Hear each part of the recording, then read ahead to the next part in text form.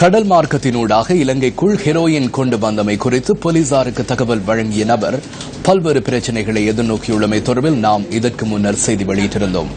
இந்த நபரை போலீசார் நேற்று மாலை மீண்டும் கைது செய்துள்ளனர். மாரவில தொடுவாவ பகுதி கடல் மார்க்கத்தின் ஊடாக ஹெரோயின் கைமாற்றப்படுகின்ற மத்திய இடமாக காணப்படுகின்றது. இவ்வாறு ஹெரோயின் கடந்த மாதம் 12ஆம் தேதி கடைசியாக கைமாற்றப்பட்டுள்ளது. படகின் ஊடாக ஹெரோயின் கொண்டு வருகின்ற சந்தர்ப்பத்தில் குறித்த படகு விபத்துக்குள்ளான நிலையில் இந்த தகவல் வெளியாகியிருந்தது.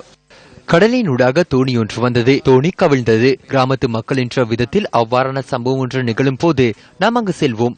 என்ன இருக்கின்றது என நாம் அதன் பின்னர் வினவினோம். கஞ்சா இருப்பதாக அப்போது அவர் கூறினார். அவ்வாறு மறைக்கப்பட்டிருந்த பொதிகளில் ஹெரோயின் காணப்பட்டதை அடுத்து அது குறித்து போலீசாருக்கு அறிவித்ததாக குறித்த நபர் தெரிவித்தார். இந்த நபர் ஒரு தொகை ஹெரோயினை மறைத்ததாக பின்னர் அவர் மீது குற்றம் சுமத்தப்பட்டது. அதனை அடுத்து அசந்த குமார் பெர்னாண்டோ என்ற இந்த நபர் நேற்று பிற்பகல் மீண்டும் கைது செய்யப்பட்டுள்ளார்.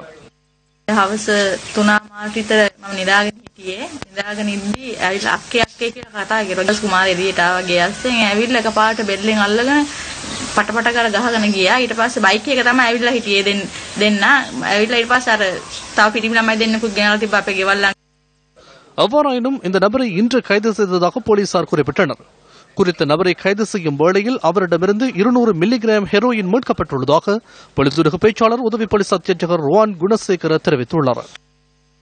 සර් මම කුමාරට මේ ගහලා තියෙන අමාරු වෙන්නේ මොනාරි පෙත් කාර්යයක් හරි කරන්න වෙයි දන්නේ නැහැ. මට කිව්වා අමාරු කියලා උදේ ගියේ. එයාට රෑ ගහලා තියෙනවනේ සර්ලා ගෙනල්ලා. සර්ලා ගෙනල්ලා එයාට ගහලා තියෙනවනේ සර්. නෑ ඉතින් කුමාරයා මට පෙන්නුවා පාරවල් ඒකයි. கொலை செய்யவா போகின்றோம்? எவ்வித பிரச்சனையும் கிடையாது. நீங்களே இந்த பிரச்சனையை ஏற்படுத்திக் கொண்டிருக்கின்றீர்கள்.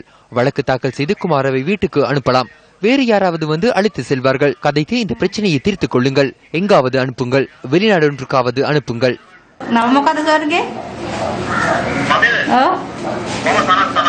அவ்வாறாயினும் இந்த தொலைபேசி கலந்துரையாடல் உண்மை இல்லை என போலீஸ் ஊடக பேச்சாளர் கூறினார்.